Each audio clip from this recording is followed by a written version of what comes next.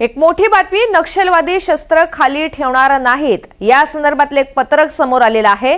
नक्षली केंद्रीय प्रवक्त्यांचे दिशाभूल करणारे मत हे वैयक्तिक असल्याचा या पत्रामध्ये उल्लेख करण्यात आलाय। माओवादी संघटना गोंधळात आहे असं एकंदरीत एक चित्र आपल्याला पाहायला मिळतंय।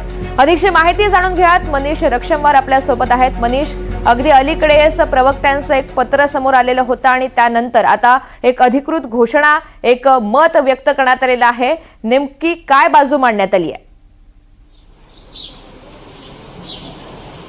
नक्कीच ऋतुजा, सध्या नक्षली हे गोंधळलेलं आहे, कारण की केंद्राचे गृहमंत्री जे आहेत अमित शहा यांनी 2026 पर्यंत पूर्णपणे नक्षली संपवणार असं त्यांनी जी घोषणा केली होती।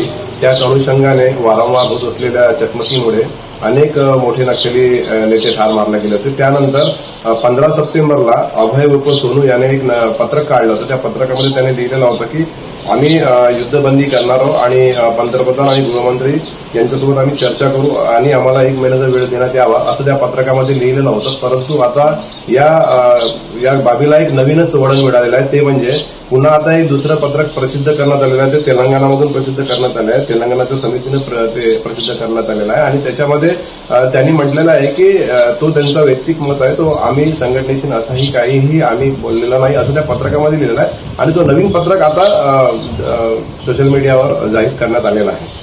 ऋतुजा, धन्यवाद सविस्तर माहितीसाठी।